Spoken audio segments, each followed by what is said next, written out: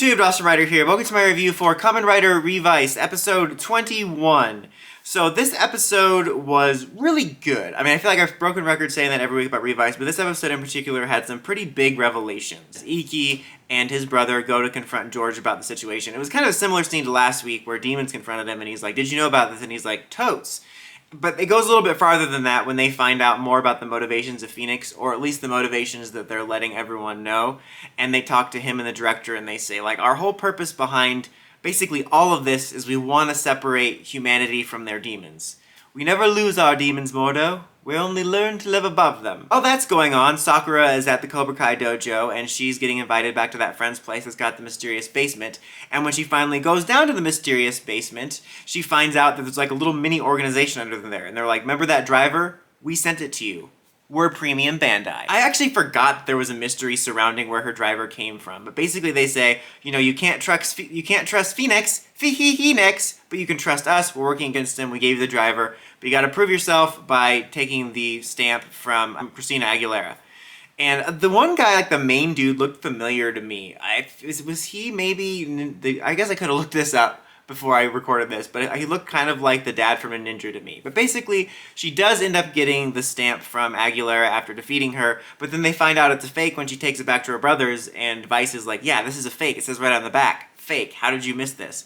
Because the real one is over at the Phoenix organization, and that comes out when Demons is leaving, because he's like, "Well, I guess if I can't transform anymore, I might as well leave Phoenix because there's nothing I can do." But on his way out the door, he sees the director guy giving the stamp to Olteka, who he helps escape, and Olteka winds up taking the Demons driver. Demons himself has given it up, and so the driver is free for him, and he transforms into Demons. So we got a new Kamen Rider Demons in town.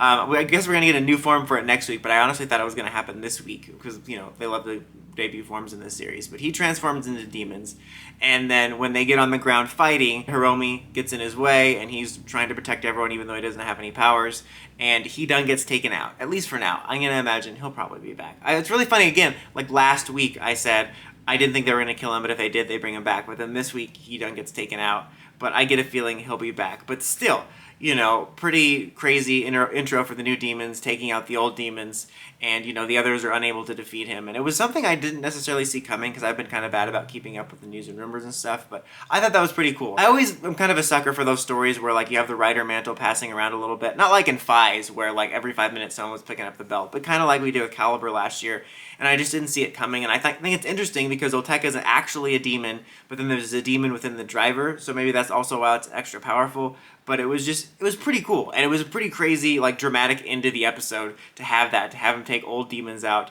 and present this new threat to everyone. But at the end, also we set up several things, and then the dad has like a vision when it happens, or like, you know, not like a Raven vision, like you can see into the future, but we haven't touched on that quite so much in a little while, but we have a little bit tease at that connection and what's wrong with him. And then all this stuff about Phoenix being shady inspires Sakura to head to the base of the mysterious organization, presumably to work with them. Yeah, it was a strong episode. Like, it had big things going on. Like, because of everything else going on in general, and especially last week with Demons, I kind of forgot about the whole stuff with the Sakura driver and all that. So I thought that was really fascinating. That was a big reveal. And then, of course, getting a new Kamen Rider Demons and taking out the old one. And it was a good couple of episodes for his character, if this is the last bit of him for a while.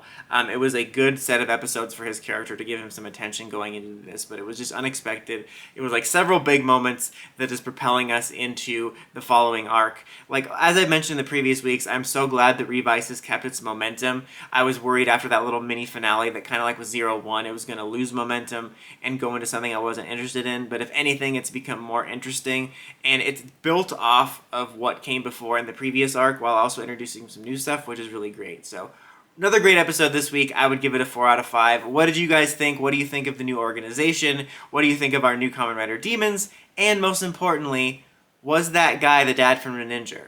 And even more importantly, will we ever find out who Megumi's dad was? That's about it for this one, guys. Until next time, don't forget, like, comment, subscribe, and climb the steps and ring that bell to continue to try videos. Kamen Rider, signing out.